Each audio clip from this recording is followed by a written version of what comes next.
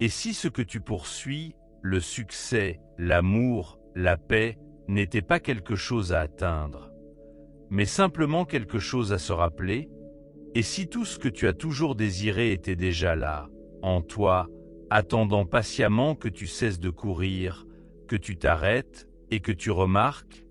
Dans un monde où l'on nous apprend à manifester, à forcer, à façonner la réalité par la pensée, il existe un chemin plus silencieux.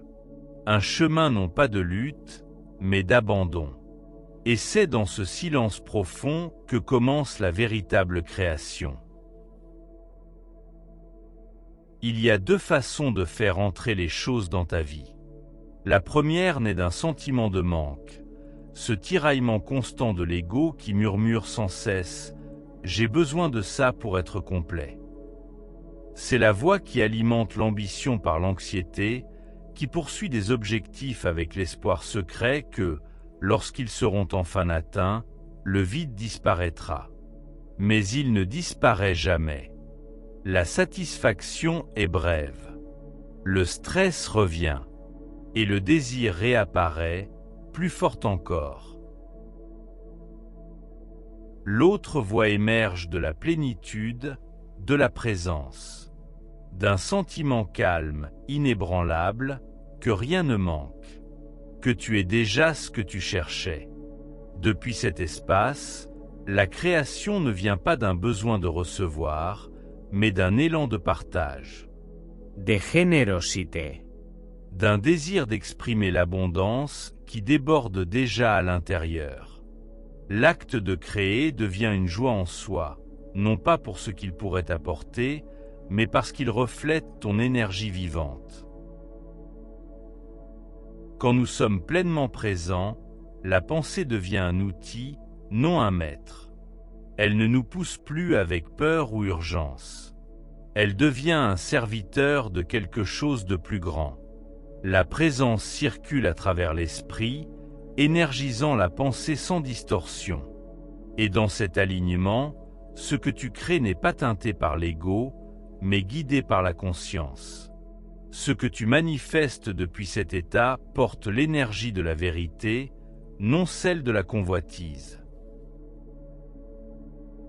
L'ego, en revanche, est toujours en train de tendre. Même quand ses intentions semblent nobles, ses actions sont souvent enracinées dans la séparation.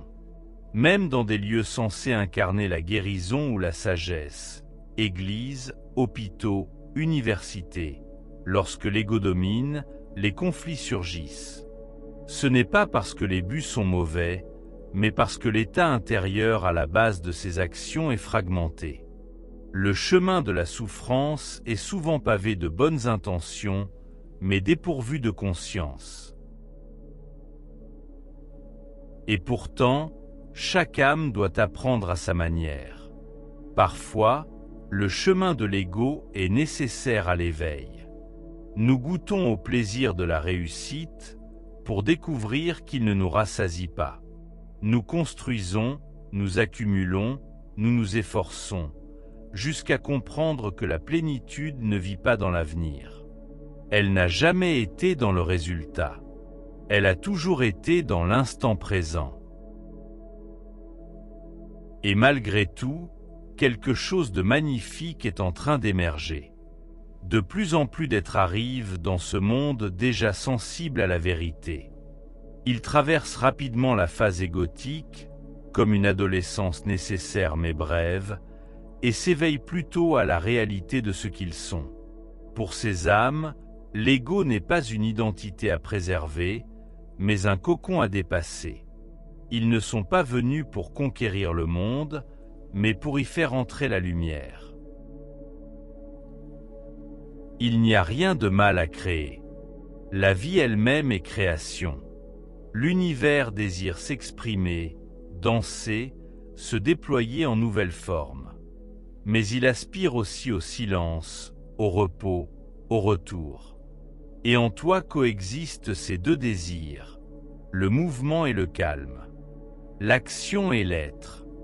Et le miracle, c'est que tu n'as pas à choisir entre les deux. Tu peux vivre à leur point de rencontre. Tu peux agir depuis le silence. Bouger depuis la présence. Être présent, c'est se souvenir de la source. Non comme une idée, mais comme une expérience vivante. Sentir en toi la conscience derrière chaque pensée, le calme sous chaque émotion. Quand tu te reposes là, ne serait-ce qu'un instant, la vie commence à s'écouler différemment. L'esprit se calme. Le cœur s'ouvre. Tu ne cherches plus à posséder. Tu commences à participer. Certaines personnes sont tellement attirées par cette source qu'elles oublient comment fonctionner dans le monde. Elles s'assoient en silence, hors du temps. Elles ne parlent plus, mangent à peine, car leur complétude ne dépend plus de rien d'extérieur. Elles sont simplement absorbées dans l'être. En Occident, un tel comportement peut être mal compris. Mais dans d'autres cultures, il est vénéré. Et pourtant, même ces êtres reviennent souvent, non pour courir après la vie à nouveau, mais pour la laisser circuler à travers eux. Ils parlent, enseignent, écrivent, non par effort, mais par grâce. Ils ne forcent pas leurs mots dans le monde, c'est le monde qui les appelle à parler. Leur simple présence devient un enseignement. Et sans intention, sans ambition, quelque chose commence à pousser autour d'eux. Une communauté, un espace, un point d'ancrage dans le chaos. Tu n'as pas besoin de te retirer dans une grotte pour accéder à cela. Tu n'as pas à fuir ta vie. La présence est disponible maintenant, là où tu es, chez toi, au travail, au cœur des instants ordinaires. Il ne s'agit pas de tout arrêter. Il s'agit de tout rencontrer différemment. Non comme quelqu'un de manquant, mais comme quelqu'un qui se souvient. Quelqu'un qui sait qu'il est déjà entier. Alors peut-être, la prochaine fois que tu ressens le besoin de manifester quelque chose, fais une pause. Respire. Demande-toi, non pas qu'est-ce que je peux obtenir, mais qu'est-ce qui cherche à s'exprimer à travers moi? Non pas comment puis-je faire arriver cela, mais suis-je prêt à permettre que cela émerge par la présence? Merci d'avoir pris ce temps pour être ici, pour écouter, pour ressentir.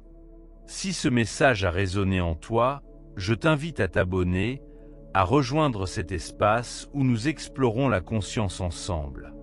Et si tu en as envie, partage tes réflexions en commentaire. Tes mots peuvent éclairer le chemin d'un autre. D'ici là, reste proche de la présence et laisse la vie couler doucement à travers toi.